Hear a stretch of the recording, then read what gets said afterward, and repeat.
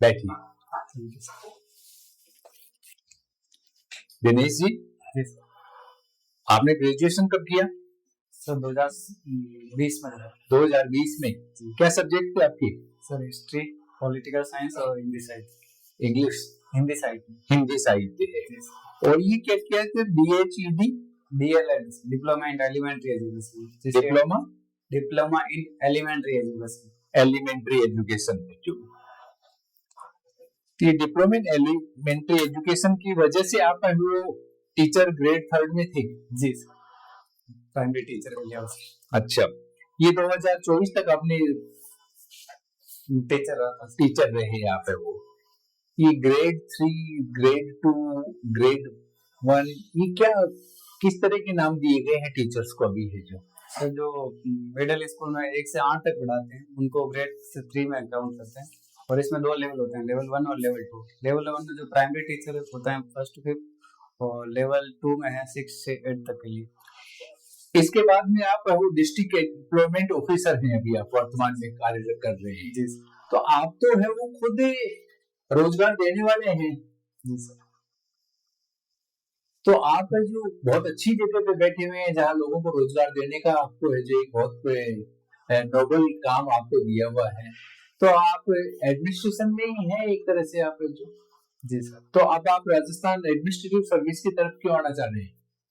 Sir रोजगार विभाग में चूंकि काम करने के लिए हमारे पास सीमित दायरा है कि एक तो रोजगार सहायता शिविर ऑर्गेनाइज करवाते हैं, दूसरा मुख्यमंत्री युवा संबल योजना है जिसमें बेरोजगारी भत्ता देते हैं। मुख्यमंत्री युवा संबल योजना जिसमें बेरोजगारी भत्ता दिया जाता है। तो सर दायरा है वो सीमित है, और इसमें मतलब ये जो बेरोजगारी भत्ता देते हैं आप, इसका आधार क्या होता है? किसको बेरोजगारी भत्ता देते हैं आप? इसके लिए क्या क्राइटेरिया क्या है इसका?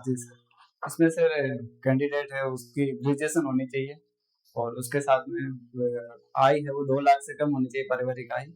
और जो मैक्सिमम आयु है, मिनिमम आयु कोई है नहीं, मैक्सिमम आयु है वो सामान्य वर्ग के पुरुष के लिए 30 साल, और महिला है या फिर SC ST दिव्यांग है तो उनके लिए 35 साल मैक्सिमम एज है। और सर 2 साल के लिए मिलता है, या फिर जो मैक्सिमम एज है वो पूरी होने तक। हाँ, अच्छा। कितना बेरोजगारी भत्ता है वो कितना है सर? पुरुष के लिए 4000 और महीने के। हाँ, और महिला SC और ST के लिए 4500, दिव्यांग के लिए भी 4500। तो ऐसा डिस्क्रिमिनेशन क्यों कर रखा है? पुरुष को नीचे रख रखा है थोड़ी। सर उसके क्या महिला से कम खर्चे होते हैं क्या? सर खर्चे बिल्कुल कम नहीं होते, लेकिन सर मुझे लगता है कि जो सरकार है वो पिछड़े वर्गों को कुछ अतिरिक्त सहायता देनी चाहती है, अफर्मेटिव एक्शन टाइप, तो उस वजह से थोड़ा अतिरिक्त प्रोत्साहन दिया गया। और रोजगार उपलब्ध कराने के लिए है वो राजस्थान गवर्नमेंट ने है वो और कौन कौन सी स्कीम्स है वो चला रखी है? सर अकुशल श्रमिकों के लिए तो मुख्यमंत्री सर मनरेगा का अभी एग्जैक्ट नाम मनरेगा योजना है वो। तो ये क्या राजस्थान सरकार ने चला रखी है? सर राजस्थान सरकार ने 125 दिन करके मुख्यमंत्री ग्रामीण रोजगार गारंटी योजना, और शहरों में भी इसी तरह की मुख्यमंत्री शहरी रोजगार गारंटी योजना चला रहा है। इसमें कितने दिन के लिए काम दिया जाता है? मुख्यमंत्री शहरी ग्रामीण सर 125 दिन के लिए। 125। मिनिमम वो मजदूरी कितनी दी जाती है इसमें? सर उसके बारे में नहीं पता सर। एक मुख्यमंत्री संपर्क पोर्टल का नाम सुना आपने? जी बिल्कुल। तो ये क्या है? ये इस पोर्टल पे शिकायत करने से क्या उसका समाधान है वो त्वरित होता है, जल्दी होता है? जी सर बिल्कुल। क्या होता है, कैसे होता है? संपर्क पोर्टल पे किसी की भी ग्रीवांस तो वो संपर्क पोर्टल पे दर्ज करते हैं, उसको डिपार्टमेंट के द्वारा, जैसे कि रोजगार विभाग है तो मैं जैसे उसको डेली देखता रहता हूँ कि क्या ग्रीवांसेज है, और जो भी उस पर एक्शन होता है, जेन्युइन ग्रीवांसेज है तो हम उस पर एक्शन भी लेते हैं। अगर ऐसी चीज है कि उस पर एक्शन लेने लायक नहीं है तो हम उसको रद्द भी करते हैं, उनको बाकायदा फोन भी करते हैं, और उसकी सर स्टेट लेवल पे मॉनिटरिंग भी होती है कि संपर्क पे सेटिस्फेक्शन परसेंटेज कितना है और डिस्पोजल डेज कितने हैं, कितने दिनों में डिस्पोजल कराएं। आपकी इतिहास रही है ना? जी सर। इतिहास के पुनर्लेखन की है वो आवश्यकता है, वो क्यों महसूस होती है कि इतिहास में है वो पुनर्लेखन है वो क्या करवाया जाए? सर इतिहास में जब नए तथ्य उभर के आते हैं या नई खोज होती है तो उसको लिखा जाना, और एक नया पर्सपेक्टिव होता है, उस पर्सपेक्टिव से जो लिखा जाता है इतिहास को। जैसे कुछ उदाहरण देके बताएं देखिए मेरे को, जो कि यहाँ नए तथ्य उजागर हुए, इस वजह से जो इतिहास है उसको हमें दोबारा लिखने की आवश्यकता महसूस हुई। कुछ बताएं मेरे को। सर जैसे कोई पुरातात्विक खोज होती है तो उस स्थान के बारे में, जैसे कि अभी जैसलमेर में एक जगह का सर मैं नाम बोल रहा हूँ, लेकिन उसमें वो हड़प्पाकालीन स्थल है, ऐसा अभी न्यूज में पढ़ा है। तो उसको सर लिखते हैं, हम ऐड करते रहते हैं। और सर जैसे कि अपन 1857 की क्रांति पढ़ते हैं तो उसको पढ़ने के जैसे कि एक तरीका होता है कि औपनिवेशिक इतिहासकार, साम्राज्यवादी इतिहासकार, अंग्रेजी इतिहासकार ने क्या कहा, दूसरा है कि भारतीय इतिहासकारों ने क्या बोला है, और एक से नया तरीका वो बताएं कि मार्क्सवादी जो विचारधारा है उसका क्या नजरिया है इसके बारे में। ये सिंधु जल समझौता जी सर। क्या था? ये समझौता अभी वर्तमान में है, वो चर्चा में क्यों रहा है ये? सर ये 1960 में वर्ल्ड बैंक की मध्यस्थता से समझौता हुआ था। इसमें सिंधु, रावी, व्यास और सतलुज का पानी भारत को दिया जाएगा, और सिंधु, झेलम और चिनाब 3 नदियां, उनका पानी है वो पाकिस्तान को दिया जाएगा। तो सर इसमें 80% पानी है वो पाकिस्तान को जा रहा था।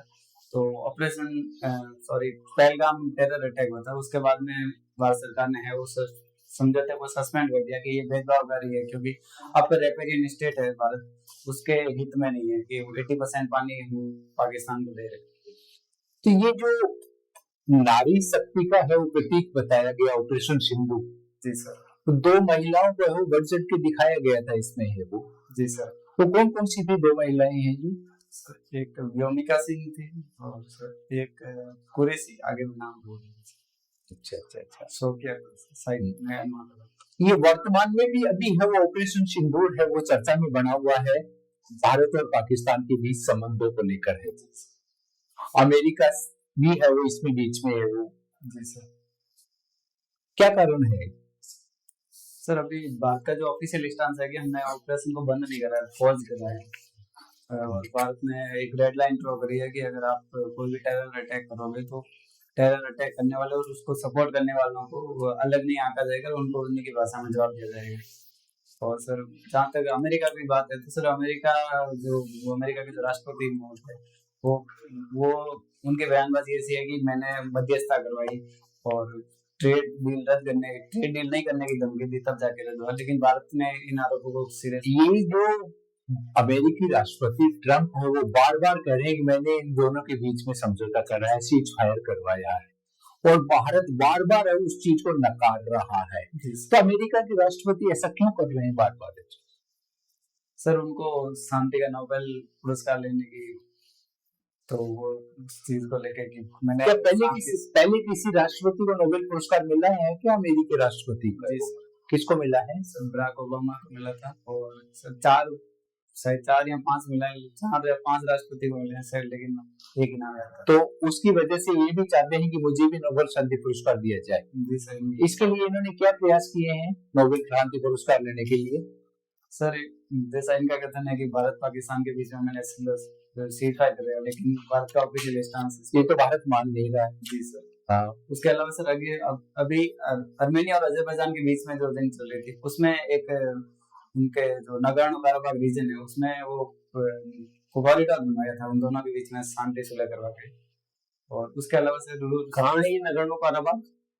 ये सर कैस्पियन सी और ब्लैक सी के बीच में जो आर्मेनिया अजरबैजान के बीच में जो जंग चल रही थी, तो उसमें नगोर्नो काराबाख रीजन को लेके ही जंग चल रही थी। चलिए दिनेश जी कैसे हैं आप? सर अच्छे। जोधपुर से हैं? जी सर। ऐतिहासिक पृष्ठभूमि क्या रही है जोधपुर की? सर जोधपुर में शुरुआत में प्रतिहार वंश का शासन, लेकिन रावचुंडा वो है वो जोधपुर मंडोर है वो दहेज में मिल गया, और उसके बाद में वो जोधपुर पे राठौड़ वंश का शासन रहता है। और उसके अलावा सर जियोग्राफिकल रूप से राठौड़ वंश में सबसे मजबूत जी सर राजा के रूप में आप कौन से राजा को देखते हो? सर मैं रावजोधा को समझता हूँ, क्योंकि पहले राजधानी भी अलग अलग, जैसे कभी खेड़ थी, कभी नागौर, एक और जगह का नाम बोला, फिर मंडोर थी, लेकिन रावजोधा ने उसको स्टेबिलिटी दी और मेहरानगढ़ फोर्ट का निर्माण कर दिया, जो आज भी हमारी पहचान बना हुआ है। एक राज्य को स्थायित्व देने में जो स्टेबिलिटी चाहिए होती है वो रावजोधा के समय प्रदान। ठीक है। और और सर जो अवल बावल की संधि हुई थी, तो जो मेवाड़ और मारवाड़ का जो संघर्ष चल रहा था, उसको लेकर के भी काफी हद तक उन्होंने किया था। जी सर। ठीक है, शिक्षा क्षेत्र में रहे हैं आप, जी सर। एजुकेशन डिपार्टमेंट में। जी सर। क्या क्या चुनौतियां देखी आपके सामने, क्या क्या चुनौतियां आई? यहाँ तो अभी आई हो ना जी सर। ये एम्पावरमेंट ऑफिसर के रूप में, तो इससे पहले तो एजुकेशन सेक्टर में थे। जी सर। क्या क्या चुनौतियां देखने को मिली? सर जहाँ मैं व्यक्तिगत रूप से अगर स्कूल में रहा हूँ, तो वहाँ सर 2-3 चुनौतियाँ देखने को मिली। पहली ये थी कि जो बच्चे हैं वो, क्योंकि उनके पेरेंट्स है वो रोजगार मजदूरी करते हैं, तो बच्चों की जो इरेगुलरिटी थी स्कूल में बहुत ज्यादा थी, क्योंकि पेरेंट्स काम करने जाते तो बच्चे को घर पे रख देते कि अच्छा आज आप घर संभालोगे। तो एक तो सर इरेगुलरिटी की बड़ी समस्या थी। दूसरी चीज थी सर बच्चों को पढ़ाने को लेकर पेरेंट्स का ऐसा रवैया था कि चलो ठीक है 7वीं 8वीं पढ़ ली बस हो गया, तो उसको लेकर के सर, और कुछ ड्रॉप आउट रेशियो भी ज्यादा था। तो सर ये मुख्यतः यही समस्या। ड्रॉप आउट के क्या कारण थे? सर ड्रॉप आउट के ये थे कि जैसे कि उसके पेरेंट्स वो कहीं पलायन कर गए मजदूरी के लिए, तो बच्चा स्कूल छोड़ देता था। पलायन करके तो दूसरी जगह एडमिशन ले लेगा बच्चा। सर वो फिर बीच सेशन में लेते जाते थे, वो लेते भी नहीं थे। तो हमने गवर्नमेंट स्कूलों में ऐसा नियम है क्या कि बीच सेशन में नहीं ले सकते? सर ऐसे रूल तो ये है कि साल भर एडमिशन होगा, लेकिन वो ध्यान ही नहीं देते कि ठीक है नई जगह है। वो ध्यान नहीं देते, आप कह रहे हो कि एडमिशन स्कूल वाले लेते नहीं थे? नहीं सर, एडमिशन का वो ध्यान नहीं देते थे। अच्छा ठीक है वापस जाएंगे तो वहीं एडमिशन करवा लें, उस बीच में उसकी क्लास मिस हुई। ठीक है, और कोई कारण? केवल एक प्लाइन कारण है, और भी कोई कारण है? किसका सर? ड्रॉप आउट के कारण बता रहे थे आप। जी सर। पहला कारण आपने बताया कि पेरेंट्स को प्लान कर जाना, और कोई कारण? उसके अलावा सर 1-2 कारण अगर देखें तो, एक तो पहले दूरी बहुत ज्यादा थी स्कूल की, लेकिन उसके लिए सरकार ने ट्रांसपोर्ट वाउचर स्कीम लाई थी, उससे काफी हद तक। क्या स्कीम है ट्रांसपोर्टेशन? ट्रांसपोर्ट वाउचर स्कीम है सर, उसमें जो पहली से 5वीं तक के बच्चे हैं, अगर वो 1 किलोमीटर से ज्यादा दूरी से आ रहे हैं तो उनको महीने का उनको आने जाने का खर्चा सरकार निश्चित मात्रा कितना? सर एग्जैक्ट अमाउंट पता नहीं, क्योंकि हमारे जो स्कूल के बच्चे थे वो सब 1 किलोमीटर की परिधि के अंदर के थे। अच्छा ठीक है, दूरी वाली चीज हो गई, और कोई कारण? सर फिलहाल इतनी सोच पा एक नामांकन कम, इनरोलमेंट कम है जी गवर्नमेंट स्कूलों में, इसका क्या कारण है? सर इसके मल्टीपल रीजन है। जैसे कि पहला ये है कि जो परसेप्शन पहले का बना हुआ था कि गवर्नमेंट स्कूल में अच्छी पढ़ाई नहीं होती, और जो प्राइवेट स्कूल से परसेप्शन पहले का बना हुआ था, मतलब पहले पढ़ाई नहीं होती थी तब परसेप्शन बन गया था, और अब तो होती है ऐसा? जी सर, क्योंकि पहले सर जो जेन्युइन प्रैक्टिकल प्रॉब्लम देखी है कि पहले सर जो भी प्राइमरी स्कूल थी, मिडिल स्कूल थी, उनके मॉनिटरिंग के लिए ब्लॉक लेवल पे एक बीओ होते थे, ब्लॉक एलिमेंट्री एजुकेशन ऑफिस। लेकिन सर 2014 के आसपास में है, उसमें रिफॉर्म करके जो पंचायत लेवल पे पीओ होते हैं, जो सीनियर स्कूल का प्रिंसिपल होता है, पंचायत एलिमेंट्री एजुकेशन ऑफिसर कहते हैं उसको। तो सर उनके लाने से जो मॉनिटरिंग का जो फिर तंत्र था वो बहुत मजबूत हुआ है। आपको लगता है ऐसा कि मॉनिटरिंग बहुत अच्छी हो गई है स्कूलों में? सर जो पुरानी स्थिति उससे काफी सुधार है, क्योंकि मैं रहा हूँ, मैंने उनका साला सम्मेलन होता था, वो हर महीने विजिट पे आते हैं, बच्चों से सवाल जवाब करते हैं। प्रैक्टिकल होता है या फिर ये केवल कहने की बातें आपको किसी ने बना के भेजा है कि आप बोर्ड के सामने जाकर ऐसा बोल देना? नहीं सर, प्रैक्टिकली होता है। हमारे जैसे स्कूल में प्रिंसिपल सर आते तो बकायदा वो बच्चों को बुलाते, तो वो काफी रुकते भी थे वहाँ, 2-3 पीरियड रुकते, सारी चीजें देखते थे, बच्चों से पूछते थे सवाल। टीचर आज भी सुनने में आता है कि गवर्नमेंट स्कूल के टीचर्स है ना, वो पढ़ाने में इतना ध्यान नहीं देते हैं, गवर्नमेंट स्कूल में पढ़ाई होती ही नहीं है। नहीं सर फिलहाल तो फिर प्राइवेट स्कूलों का रिजल्ट देखो और गवर्नमेंट स्कूल का रिजल्ट देखो, क्या डिफरेंस? जबकि गवर्नमेंट स्कूलों में जो टॉपर्स फैकल्टी है वो है। जी सर रिजल्ट कम रहने के पीछे अलग अलग कारण हो सकते हैं। अपन ये नहीं कह सकते कि गवर्नमेंट टीचर पढ़ाते नहीं है उसकी वजह से रिजल्ट कम रहा है। रिजल्ट कम रहने में ये भी होता है कि सर जो ग्रामीण सरकारी स्कूल में जो बच्चे आते हैं, उनके जो आर्थिक स्थिति है वो एक तो सर फर्स्ट जनरेशन लर्नर होते हैं सभी ऑलमोस्ट, कि उनके पेरेंट्स कभी स्कूल गए नहीं होता है, तो वो घर जाके बच्चा क्या कर रहा है, कैसे पढ़ रहा है, उस चीज पे ध्यान नहीं देते। हमारे घर वाले भी नहीं देते थे। तो घर वाले ध्यान नहीं देंगे तो पढ़ेगा नहीं बच्चा। स्कूल में भी तो ध्यान नहीं देते, नहीं सर, स्कूल में देते हैं बिल्कुल। खड़ा कर देते हैं, ये पाठ पढ़ ले भाई, यहाँ से लेकर के यहाँ तक रीडिंग मार दे, खुद आराम करते रहते हैं। सर फिलहाल जो अभी की सिचुएशन है उसमें काफी सुधार आ रहा है, जो मैंने देखा है। तो बच्चा गवर्नमेंट स्कूलों की बजाय प्राइवेट स्कूलों में ज्यादा क्यों जाना चाहता है? सर प्राइवेट स्कूल एक सर जहाँ तक मैंने देखा है कि स्टेटस से भी जोड़ के देखा जा रहा है। दूसरा सर जो प्राइवेट स्कूल का जो एडवर्टाइजमेंट का तरीका है, वो स्कूल को एडवर्टाइजमेंट करते हैं बहुत। ठीक है, मेरे लास्ट क्वेश्चन आपसे एडवर्टाइजमेंट पे, क्या कभी आपने कुछ ऐसा किया? 4 साल 5 साल रहे ना जी सर। टीचर, आपने एडवर्टाइजमेंट में कुछ अपनी भूमिका निभाई कि बच्चों को गवर्नमेंट स्कूल से जोड़ा जाए? सर हमारा जो हाउस होल्ड सर्वे होता था, तो जो हमारे विद्यालय की जो परिधि में जो पेपर शामिल था, उसमें हम एक एक घर जाते बच्चे से, पेरेंट्स से मिलते हैं, और जो भी बच्चे ड्रॉप आउट थे उन सबको हमने विद्यालय से जोड़ा है। जी, कितने बच्चों को जोड़ा है? सर जब ज्वाइन करी थी तब सर 12 बच्चे थे, और सर अगले साल में मतलब 26 बच्चे और 12 बच्चे स्कूल में थे जी, और अगले साल 26 कर दिए जी सर। और फिर 39 भी हुए थे। 39 हो गए। कौन सी क्लास तक था स्कूल? प्राइमरी तक। जी। ठीक है सर, थैंक यू। जोधपुर से हैं? जी सर। मैरानगढ़ किला राव जोधा ने बनवाया और राव मालदेव ने उसकी सुसज्जा कर दी, यानी उसको सजा दिया। जी सर। मेरे इस कथन को सिद्ध कीजिए। सर जो कथन जो मैं इंटरप्रेट कर पा रहा हूँ उसमें है कि राव जोधा जी ने है वो उनका निर्माण करवाया था मैरानगढ़ किले का, और राव मालदेव ने क्योंकि वो साम्राज्य को उन्होंने कहा कि इतने प्रगण्य जीते, मैं एग्जैक्ट कितने जीते वो नहीं बता सकता, तो उन्होंने उस मारवाड़ राज्य की कीर्ति को, उसके क्षेत्र को फैला के उस किले को जो ठीक है, तो ऐश्वर्य को बढ़ाया। जी। और कुछ पेंटिंग वेंटिंग में करवाई थी क्या जोधपुर के महल में मालदेव ने?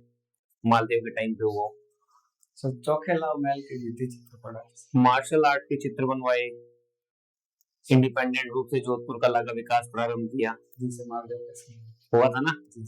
ठीक है, तो ये बताएं कि अभी आप 1857 की क्रांति की बात कर रहे थे, जोधपुर में भी हुई थी क्रांति तो 1857 के समय पे।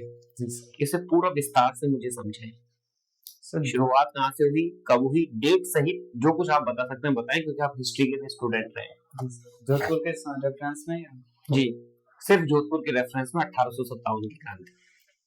सर जोधपुर, चूंकि जोधपुर के जो महाराजा थे वो अंग्रेजों के पक्ष में थे, तो लेकिन जो आवा के ठाकुर थे विशाल सिंह, वो मतलब विद्रोहियों की तरफ से साथ में थे, तो उनके बीच में सर विद्रोहियों की तरफ से, क्रांतिकारियों की तरफ से? क्रांतिकारी तो क्रांतिकारी की तरफ से थे, और सर उनके बीच में बिठोड़ा और चलावास दो युद्ध भी हुए थे, जिसमें जोधपुर का पॉलिटिकल एजेंट मैक मेसन ये था नाम जी। हाँ, उनको उनका सिर काट के किले पे टांग भी दिया था। कौन सी जगह थी वो? आवास, चेलावास। सेकंड। ठीक, कब हुई जोधपुर की क्रांति, कब से चालू हुई थी? डेट क्या थी निश्चित हो? 21 अगस्त 1857। Thank you. ठीक है, फिर वहां से आए आहुआ में और वहां पड़ाव डाला क्रांतिकारियों ने, कुशाल सिंह चापोवत ने नेतृत्व देना स्वीकार किया। जी। फिर आगे क्रम से बताएं, फिर क्या हुआ? फिर आपने कहा पहले बिथोड़ा का युद्ध होता है, पहले बिथोड़ा का होता है सर, आहुआ, सेलावास, सब मैं सीरियल बोल रहे हैं जी। चलो ठीक है, बताइए। मैं आगे बता देता हूँ कि पहले तख्त सिंह ने भेजा उनार सिंह परमार को और वो हार गए। फिर आए पैट्रिक लॉरेंस जी सर, किसके साथ? आपकी बार मैकमेसन के साथ आएंगे। अच्छा, ये भी हार गए। फिर क्या हुआ? फिर सर हंसराज और कर्नल टीसा ऐसा कुछ, ब्रिगेडियर होम्स और सब नाम बोल रहे जी। वो कौन सा युद्ध हुआ जिसमें क्रांति का दमन किया गया?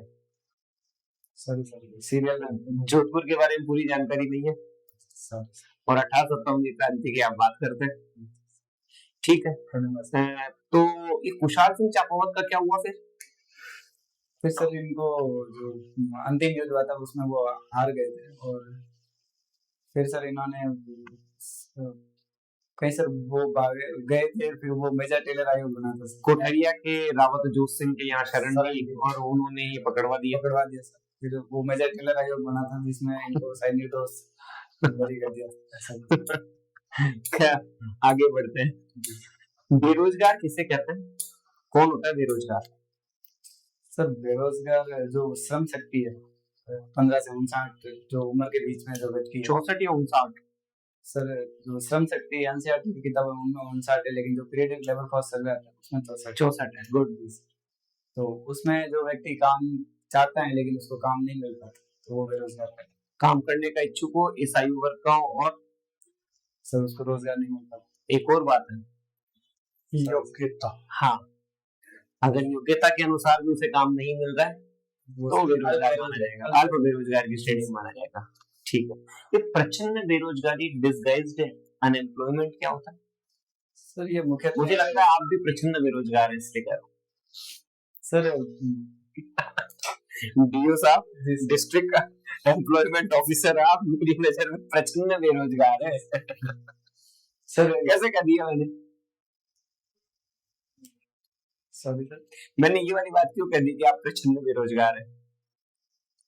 सर इसकी वजह ये हो सकती है कि रोजगार जो कि जिला रोजगार अधिकारी नाम है, लेकिन रोजगार के नाम पे जो एक्टिविटी है वो नहीं है। मार्जिनल प्रोडक्शन जो है ना आपका, मार्जिनल प्रोडक्शन जीरो है आपका, उपयोगिता में मतलब जो प्रोडक्शन है, प्रोडक्टिविटी, उसमें योगदान, हाँ, सीमांत उत्पादकता जीरो है। तो जरा यहीं से बता दीजिए मुझे कि ये सीमांत उत्पादकता होती क्या है?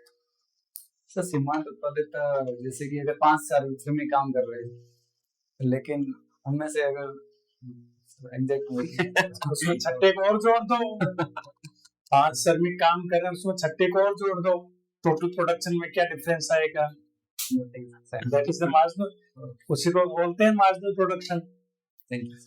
एनीवे, आगे बढ़ते हैं। आपने बीएसटी डीएलएड किया, पहले से बीएसटीसी कहते थे। बीएसटीसी का पूरा मतलब क्या हुआ? जैसे आपने डीएलएड का मतलब सर को बताया था, diploma in elementary education, BSTC का मतलब क्या हुआ? इसका सर होता था basic school teacher training course. Basic school teacher training course. Okay, तो ये बीएसटीसी शब्द को क्यों बदला गया डीएलएड करके? क्या इससे क्या कौन सी क्रांति आ गई या कोई क्रांतिकारी बदलाव हो गया क्या? सर नहीं, क्रांतिकारी तो भाई सर क्योंकि सरकार चाहती थी कि ये डिप्लोमा है तो क्योंकि हम डिप्लोमा से शुरू करते हैं, एलिमेंट्री एक नाम में स्पष्टता मिल जाती, यही वजह से। कभी सोचा ऐसे भाई क्यों बदले जाते हैं नाम? ठीक था ना, अच्छा था ना, basic school teacher training course. क्योंकि ये नाम से थोड़ा स्पष्ट ज्यादा हो गया, डिप्लोमा इन एलिमेंट्री एजुकेशन। मेरा मानना है कि गुरु ब्रह्मा, गुरु विष्णु, गुरु देवो महेश्वर है, और वो कोई सी भी क्लास को पढ़ाए, सभी ब्रह्मा है, सभी विष्णु और सभी महेश्वर है। तो फिर ये इनको ग्रेडिंग क्यों दे रहे हैं भाई? किसी को 3rd ग्रेड बोल रहे हो, किसी को 2nd ग्रेड बोल रहे हो, किसी को 1st ग्रेड बोल रहे हो, क्यों बोल रहे हो? और मेरा तो ये मानना है कि प्रोफेसर से ज्यादा जरूरी तो जो बीज बोया है ना नर्सरी क्लास का टीचर, उसके लिए ज्यादा जरूरी, और 2 ही चीजें आप उसको नहीं दे रहे, ना तो सामाजिक प्रतिष्ठा जितनी प्रोफेसर साहब को मिलती है, और ना वेतन। और वर्तमान कलयुग में जो सबसे बड़े मोटिवेशन के आधार वो ये 2 ही है, पैसा और सामाजिक प्रतिष्ठा। अगर वही आप नर्सरी क्लास के टीचर को दे देते तो शायद हमारे यहाँ पौध बहुत अलग प्रकार की लगती, और अगर पौध अच्छी लग जाती तो वृक्ष अपने आप अच्छा बन जाता। क्यों कर रहे हो ग्रेडिंग? और क्या ग्रेडिंग देना उचित है एक टीचर को? अध्यापक को अध्यापक तो अध्यापक होता है, किसी भी ग्रेड के हो, वास्तव में वो ईश्वर है, परमेश्वर है, मेरा मानना है। आप कहाँ तक सहमत? सर क्योंकि ग्रेडिंग है वो सरकार को कार्य को विभाजन करने के लिए, न कि बाकी टीचर्स चाहे प्रोफेसर हो चाहे टीचर हो, एक टीचर गुरु की जो गरिमा होती है वो सब समान ही होती है, वो व्यवहार में सब समान ही होती है। लेकिन वो सर सरकार को अपने थोड़ा तेज बोले। वो सर सरकार अपने कार्यों को डिवाइड करने के लिए कि किस नाम से किसको पुकारा जाए, तो सर बस उस नाम से ज्यादा सर बाकी सर गुरु ही होता है। पूरी दुनिया नाम के लिए जी रही है मेरे भाई। सारी दुनिया, इवन आप भी जो ये एग्जाम के लिए बैठे ना, इंटरव्यू देने, नाम के लिए बैठे हैं, ये बाकी सब मिल रहा है डीओ के अंदर, ग्रेड पे आपकी अच्छी खासी है।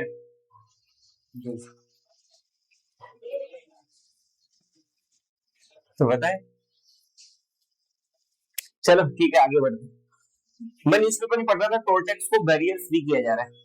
जो बैरियर लगा था ना, जैसे अपन टोल टैक्स पे जाके खड़े होते हैं, बैरियर ऑटोमेटिक आ जाता है जी आज बैरियर लगे हुए हैं, तो हम टोल टैक्स देने में मतलब हम क्या, काफी लोग भिड़ जाते हैं टोल टैक्स कर्मचारी से। जी कोई अलग कार्ड दिखाएगा, कोई अलग कार्ड दिखाएगा, और बैरियर फ्री कर देंगे तो कितने लोग टोल टैक्स देंगे?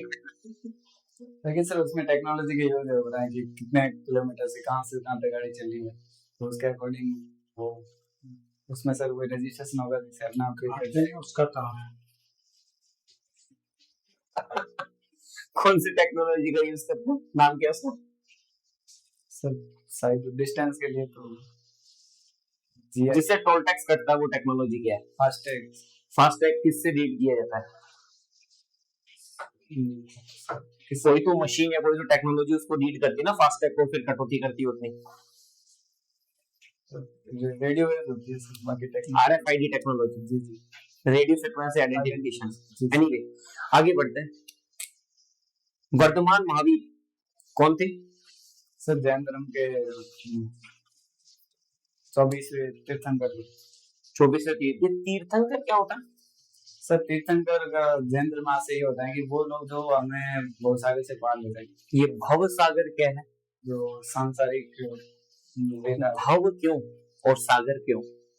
भवियन ये जो संसार है उसको सागर माना गया है कि यहाँ आके आदमी है वो लौकिक जीवन में भटक जाता है अपने असली उद्देश्य से। तो सर अभी वर्तमान में कोई जैन पर्व चल रहा है, कोई त्योहार चल रहा है जो बहुत महत्वपूर्ण भी स्थान रखता है जैन धर्म में? सर पर्युषण पर्व। पर्युषण पर्व, ठीक है। तो क्या होता है ये पर्युषण पर्व और कितने दिन का होता है? सर समय याचना का पर्व होता है, लेकिन सर दिनों का भी है, सॉरी 15 दिवस के लिए। जी सर। श्वेतांबर में अलग है, दिगंबर में अलग है, जी सर। ऐसा अंतर क्यों? इसके बारे में सर श्वेतांबर और दिगंबर विभाजन कब हुआ, किसने किया और क्यों किया? ये सर जो स्थूलभद्र थे, जो स्थूलभद्र उनके नहीं है वो साउथ में चले गए थे सर। स्थूलभद्र चले गए थे? स्थूलभद्र तो वहीं रहे थे। सॉरी मैं उल्टा बोल। हाँ तो बताइए कौन चले गए थे? तो सर वो साउथ चले गए थे श्रवण हाँ, कहाँ श्रवण बेलगोल में कौन चले गए थे? सर जहाँ तक मैं रिकॉल कर पा रहा हूँ स्थूलभद्र ही है। स्थूलभद्र वहीं रहे थे। सर भद्रबाहु भद्रबाहु गए थे, हाँ। तो जो गए वो क्या कहलाए? वो श्वेतांबर गए। वो श्वेतांबर है। दिगंबर जो गए, जी जी वो जो भगवान रह गए वो खैर मेरा आखिरी सवाल आपसे, पॉजिटिव डिस्क्रिमिनेशन शब्द यूज कर रहे थे आप, क्या है ये पॉजिटिव डिस्क्रिमिनेशन? सर समय के साथ जो समाज की मुख्य धारा से जो पिछड़ गए किसी वजह से, तो उनको बराबरी के लेवल पे इक्विटी पे लाने के लिए जो सरकार समय के साथ पिछड़ गए या पहले पिछड़े हुए थे, अब समय के साथ उनको आगे बढ़ाना है?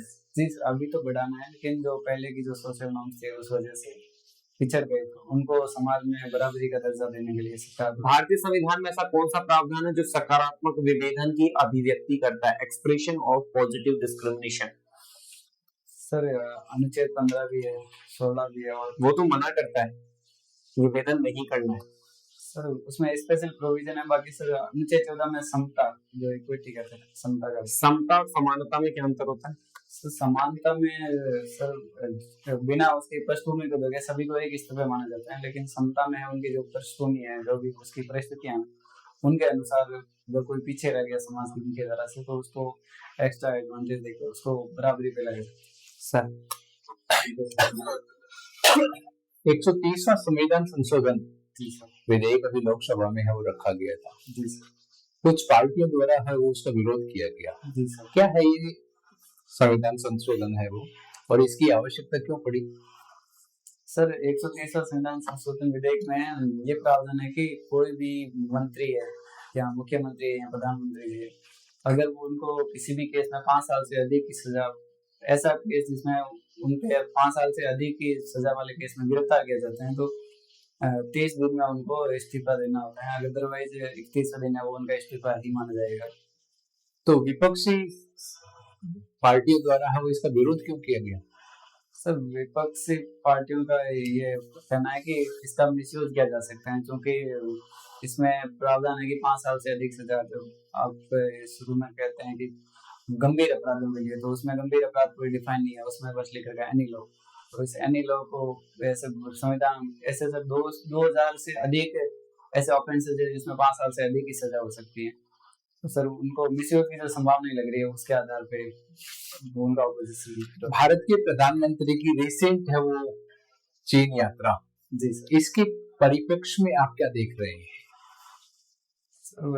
ये बात की जो स्ट्रेटेजिक ऑटोनॉमी या गुटनिरपेक्षता कह सकते हैं, इसका परिणाम है कि भारत है वो विश्व के सभी देशों के साथ है वो अपने स्वतंत्र संबंध है वो राष्ट्रीय हितों को ध्यान में रख के बनाता है, उन पे किसी देश की जोर जबरदस्ती नहीं चलती। ये ब्रिक्स और अमेरिका, ब्रिक्स के देशों से और अमेरिका में है वो आपसी जो मनमुटाव है, आपसी जो खींचतान है, इसका बेसिक ऑब्जेक्ट क्या है, बेसिक डिफरेंसेस है इनमें क्या है? सर ब्रिक्स है वो ऐसी चर्चा चल रही है कि ब्रिक्स करेंसी लाएगा, तो जो अमेरिका के जो डॉलर है उसका जो प्रभुत्व है उसको कम हो जाएगा, उसको लेकर के सर हिंदुस्तान और बाकी से रसिया और ग्लोबल साउथ को रिप्रेजेंट करता है, ब्राजील, रसिया, इंडिया, चाइना, साउथ अफ्रीका। तो अमेरिका चाहता है कि उसकी हेजेमनी बनी रहे। ठीक है, आपका साक्षात्कार हो गया, आप जा सकते। Thank you sir. करण तो क्या आजकल अखबार पढ़ते हैं। बैठिए दिनेश जी। दिनेश जी, कैसा लगा आपसे बात करके? अब जो हमसे बात करके आपको कैसा लगा सर? अच्छा लगा। काफी वैरायटी के क्वेश्चंस थे। हैं? काफी वैरायटीज के क्वेश्चन थे। वैरायटी के क्वेश्चंस थे। आपको कोई ग्रीवेंस है आपका कि कुछ पूछना है आपको हमसे? कि कुछ सर क्वेरीज तो यही है कि सर जॉब के बारे में तो काफी चीजें मैंने प्रिपेयर करी है, हालांकि जॉब में इतना कुछ है भी नहीं जैसे सर ने बताया क्वेश्चन बेरोजगारी टाइप की, लेकिन उसके अलावा जो ग्रेजुएशन के सब्जेक्ट्स हैं उनको किस हद तक बढ़ा जाए स्पेसिफिकली के बाद में जो आरएस के इंटरव्यू, आरएस की सिलेबस में है उतना उतना बस। आपकी सबसे बड़ी पूंजी तो जो आपका स्माइलिंग फेस है वो सबसे ज्यादा है, इससे आपकी एनर्जी लेवल और जो कॉन्फिडेंस लेवल है वो काफी अच्छा लग रहा है। थोड़ा सा बोलने की पिच तेज रखें, सुनने में जोर लगाना पड़ रहा है। सर ने जैसे बोला कि भाई तेज बोलो, तो ये सिचुएशन नहीं आनी चाहिए, बोलो आप तो आराम से। और बहुत अच्छी नौकरी में हो इसलिए कॉन्फिडेंस तो वैसे ही नहीं रख सकता है जी, क्या कर लेगी ज्यादा से ज्यादा है, नौकरी तो बहुत अच्छी नौकरी कर रहे हैं जी, तो ये कॉन्फिडेंस है वो झलकना चाहिए और काफी हद तक है भी आप में जो। अच्छा इंटरव्यू आपका अच्छा होगा। थोड़ा सा जोधपुर की इंफॉर्मेशन बढ़ाएं, जोधपुर के बारे में, जोधपुर की हिस्ट्री जो सर ने पूछी है, तो क्योंकि हिस्ट्री के भी हैं ये टॉपिक, तो अपन आरएस की तैयारी में पढ़ते हैं जी सर, है ना, और हमको अगर 6-7 साल पुराना याद रह सकता है आरएस में पढ़ने के दौरान, तो आपको तो उम्मीद की जाती है याद रहना चाहिए। बिल्कुल। हम कौन सा पढ़ते हैं डेली इसको जी, इसको सर जोधपुर की हिस्ट्री को है ना, चाहे राव मतलब मालदेव, और ये तो प्रोमिनेंट शासक रहे, स्पेसिफिकली चित्रकला को लेकर के रहा, जोधपुर के आर्ट को लेकर के रहा, मेहरानगढ़ दुर्ग को लेकर रहा, गिरी सुमेल के युद्ध को लेकर रहा, मुट्ठी भर बाजरे किले में हिंदुस्तान की बादशाह खो देता शेरशाह सूरी ने कहा। तो ये जो चीजें हैं, जोधपुर की क्रांति इतनी जबरदस्त मानी जाती है कि अगर वो साथ नहीं देते, जयचंद नहीं होते 2-4, तो क्रांति की दशा दिशा बदल सकती थी, मानते हैं ये तो? बिल्कुल है ना, ये तो टेलर आयोग ने खुद ने भी कहा कि अच्छा हो कि क्रांति के बांध को रोकने का काम कर दिया था इन्होंने, है ना। तो ये चीजें हैं, और इन सब चीजों को करें, एक जगह फंस गए थे, नाम ने क्या रखा है ना? तो इसका क्या अब सर है जो डिवाइडेशन तो है, टीचर ग्रेड 3 to 2nd है, फर्स्ट है, उसका सर क्या आंसर हो सकता है? अब कुछ भी दोगे उसमें फंसोगे तो सही, सर फंसने प्लस दोगे तो भी तो वो होगा, माइनस दोगे। ये बात सही है कि सर प्रत्येक पद की गरिमा बराबर होनी चाहिए, और ये जो सामाजिक फैब्रिक हमारे देश में किया गया, इसी वजह से किसी भी स्ट्रीम का विद्यार्थी हो वो प्रशासनिक सेवाओं की तरफ आकर्षित होता है ना, और तो इसलिए प्रत्येक श्रम की गरिमा या कार्य की गरिमा बराबर होनी चाहिए, जैसा कि महात्मा गांधी भी कहते हैं, है ना। तो इन चीजों में बदलाव की तो आवश्यकता है सर, है ना। और जब मैंने कहा कि नाम कि सर हाँ, ये सहज मानवीय मनोवृत्ति है, जनरल ह्यूमन टेंडेंसी, कि इंसान की कुछ आकांक्षाएं होती है जीवन को लेकर के, जिसमें से एक चीज ये भी है कि लोग मुझे जाने और पहचाने। जी सर, नाम तो ठीक है, ओके, बेस्ट ऑफ लक। ठीक है, थैंक यू।